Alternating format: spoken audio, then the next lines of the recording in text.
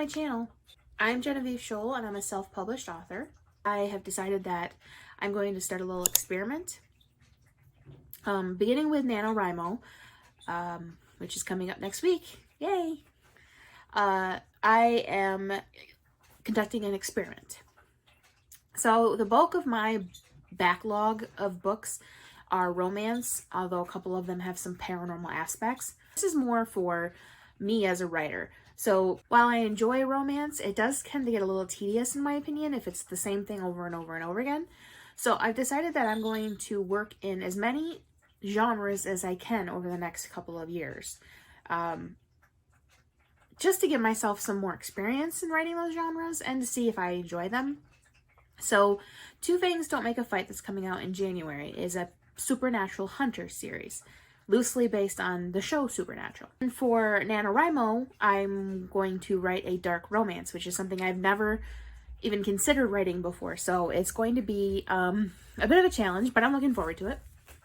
If you haven't seen my Preptober videos on the subject, I will put those in the description and also up in the cards. But I also have other genres I'm going to try to write in this year and 2022 as well. So I'm going to kind of share those with you right now. So if you look at this list, in November and December, I'm going to be working on the dark romance. Obviously, NaNoWRIMO is only for November, so hopefully I can get the first draft done in November and then work on the revisions in December. I already have a schedule with the proofreader for January, but we'll see if that actually goes forward because, as I said, it's new to me, and I've also never really done NaNoWRIMO. I mean, technically I signed up once before, back in like 2016 or something like that, and I basically got 1,000 words and called it quits. But I'm going to try to do it actually all the way this time. I don't know whether I'll win, but we're going to give it a try. So in November and December, I'm going to be working on the dark romance. Then in January, even if the dark romance is not complete, even if the revisions are still being worked on, I'm going to switch over in January to young adult. Now, the young adult probably will end up being romance, but mostly because it seems to me that the main genres in young adult are romance or fantasy. And if there's one genre I'm going to completely avoid in this experiment, it's fantasy, because I have a hard time reading fantasy, let alone trying to write it. And I'm not going to put myself through all that stress. There's no point in doing it if I'm pretty positive I can't do it. I mean, yes, I could probably tell myself, well, you don't know for sure if you don't try. And that's true. But I also know for sure that it's going to put me through a kind of stress that I really don't need to be putting myself through. So fantasy is off the table for this experiment. But in January, I'm going to be starting a young adult. Again, never written a young adult book before. I do have a book called Switched at the Broomstick, which technically is bordering on young adult and new adult. But it was a very short book. It was more centered on magic than anything, really. The only reason it's classified as a young adult / new adult is because of their ages. It really didn't have a lot of the concepts and aspects that a young adult book should have. So it's really just because of their ages for that one. So I'm going to actually dive in and write a true young adult book. What it's going to be about, as of now, I have absolutely no idea. But that's because I'm trying not to outline it too much until after NaNoWRIMO, because I don't want to get into that young adult mindset when I'm trying to write a dark romance for NaNoWRIMO. So we're going to start all of that in January. If you've seen my Preptober video, know that plotting and planning stories for me is not easy. It's almost nearly impossible. I'm very much a discovery writer. But I do want to plan out a little bit that I can. I did for my dark romance for NaNoWRIMO, I did plan a little bit. You know, I have the basis of the story and the characters and things. I just didn't plot out every chapter. So I do want to do that again in my bullet journal for the young adult. Now, I'm not sure how long the young adult will take. Young adults books seem to be a little tricky, so I'm going to give myself until at least July to get the first draft of the young adult done. After the young adult, I'm not entirely sure which genre. As much as I love detective novels and historical fiction, I think I'm going to go with literary fiction. I just think that's the smoothest transition from young adult. So I think I'm going to do in July, we're going to do a literary fiction. And then I'm going to give myself till at least September for that. And then move on to finishing the second book of the series that is coming out in January.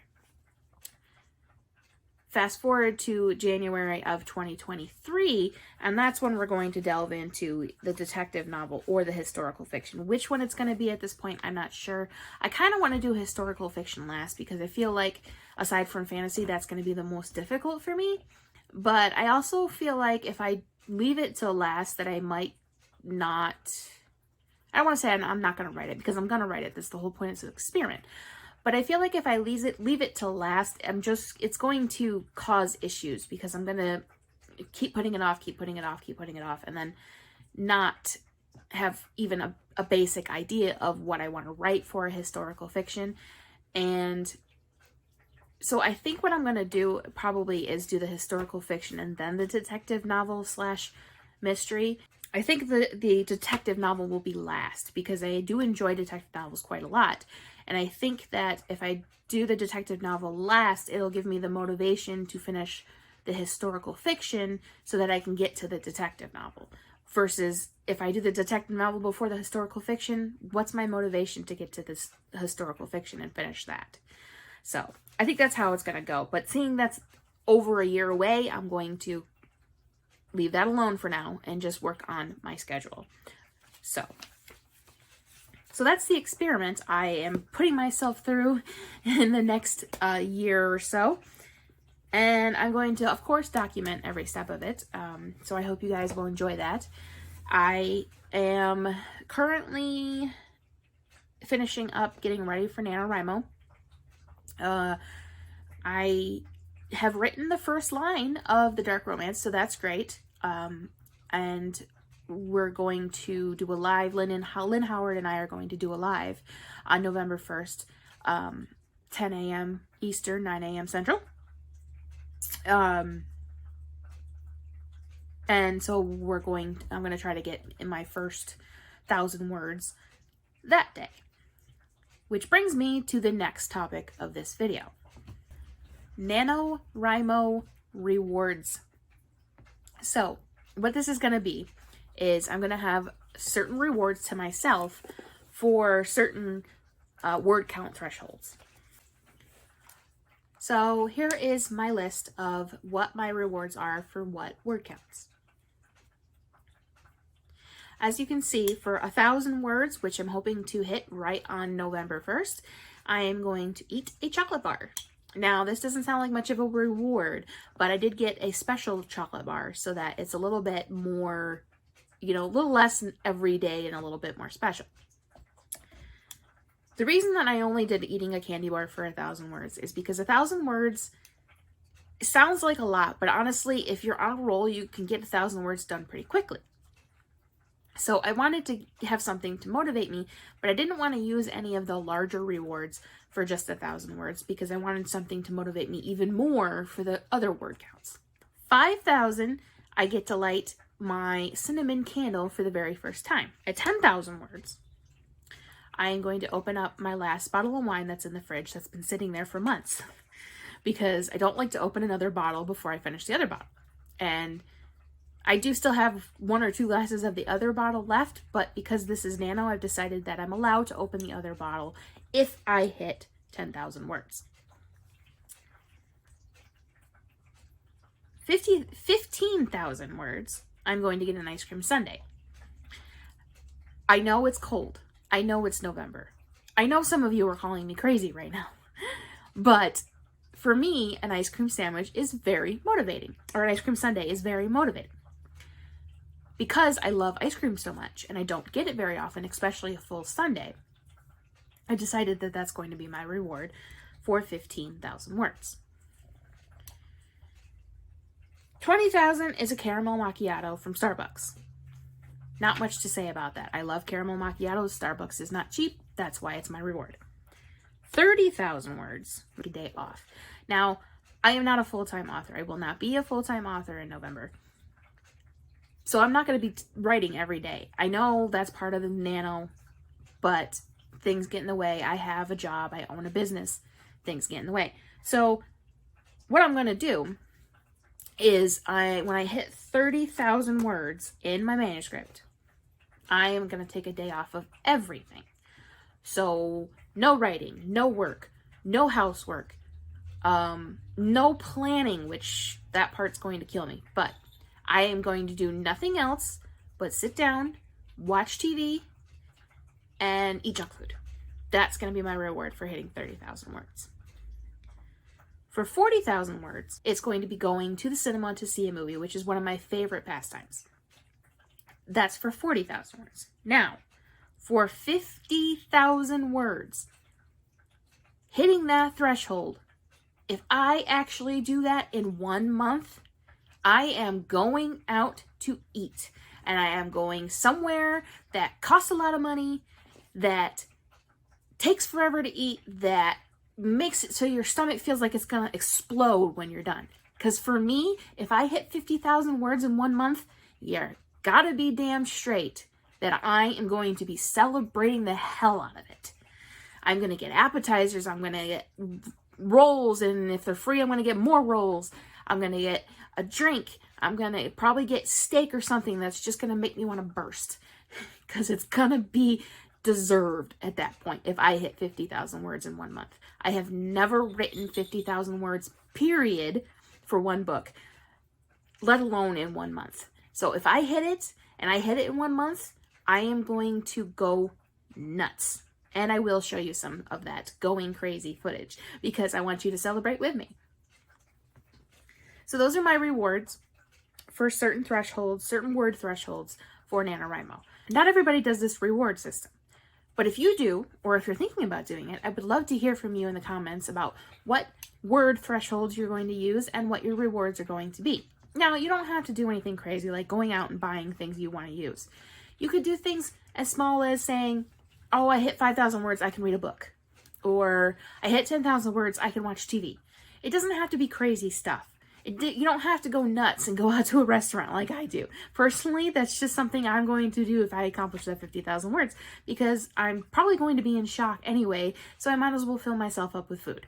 Continuing the conversation about NaNoWRIMO, I did mention that I did a little bit of plotting for the dark romance. So one of the things I did for the dark romance is I started reading dark romance. Now, the book that I just finished, this one here, isn't necessarily classified as a dark romance. It's classified as a thriller, but there's a lot of the same aspects in a thriller as there are in a dark romance. So I felt it was worth reading. Now, here's what I have to say about this book. Nothing against the author, nothing against the publishing house, nothing against anything like that. This is simply my opinion, and if you want to read it and form your own opinion, please do. Do not take my words as gospel. Do not take them as fact. If this is just how I felt while reading this book. To put it simply, this book, The Perfect Girlfriend, was worth reading as research for my dark romance, simply because it helped me know what not to do. And by that, what I mean is there was a lot of portions in this book that didn't really have anything to do with the main story. To give a little bit of background, the character is a flight attendant.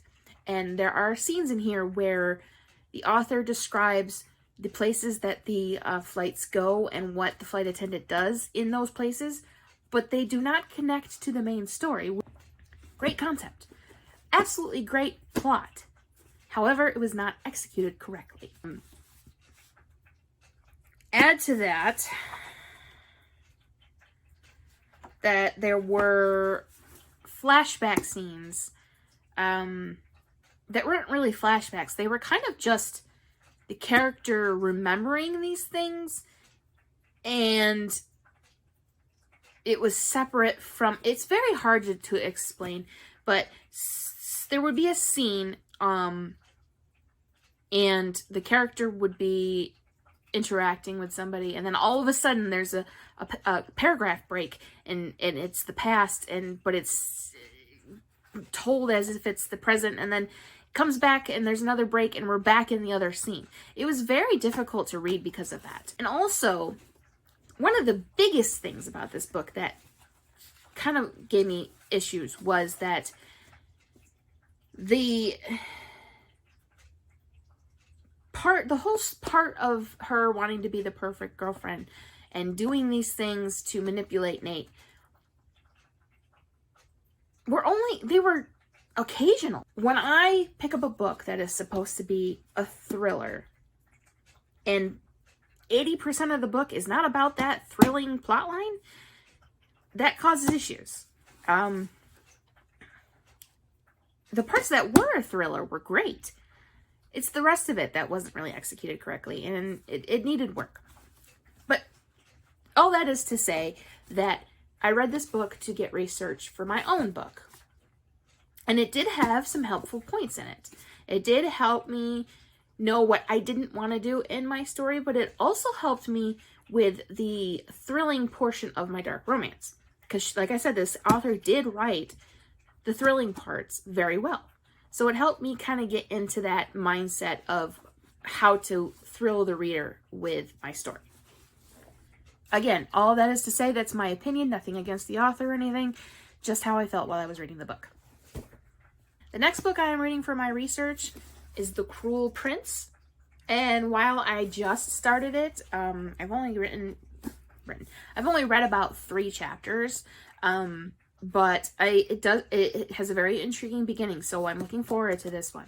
Now, this is more of a fantasy than a dark romance, but it has aspects in it that I thought would be good for my research. So I'm going to read this through November while I'm actually writing my book and see if there's some helpful hints in there. The last book that I'm going to read as inspiration and to give me some points is going to be in December when I do the revisions, and that one is called The Night Before, which just from the cover you can tell it's going to be thrilling. So I'm looking forward to reading this one. Thursday's video is going to be about my bookish opinions, and I'm also going to include some of your guys' opinions. So if you'd like to comment below or on my Instagram or follow me on Facebook, you can comment, let me know your bookish opinions. Nothing is offline, nothing is out of line, and it's just going to be a fun little video about some unpopular bookish opinions, let's say that. Unpopular bookish opinions.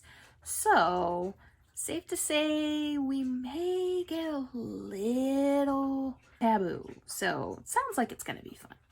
So, I'll see you on Thursday, and hope we'll see you on November 1st with our live. If you go to my page and look for my upcoming lives, they're all scheduled, so you can set yourself a reminder so that you know when we go live. We're going to be live November 1st, 10 a.m. Eastern, 9 a.m. Central. We're going to do 2 to 3 sprints, and we're going to chat with you guys a little bit about your nano projects, or if you're not doing nano, just your projects in general, and we're going to have some fun. So hope to see you there, and I'll see you guys next time. Bye!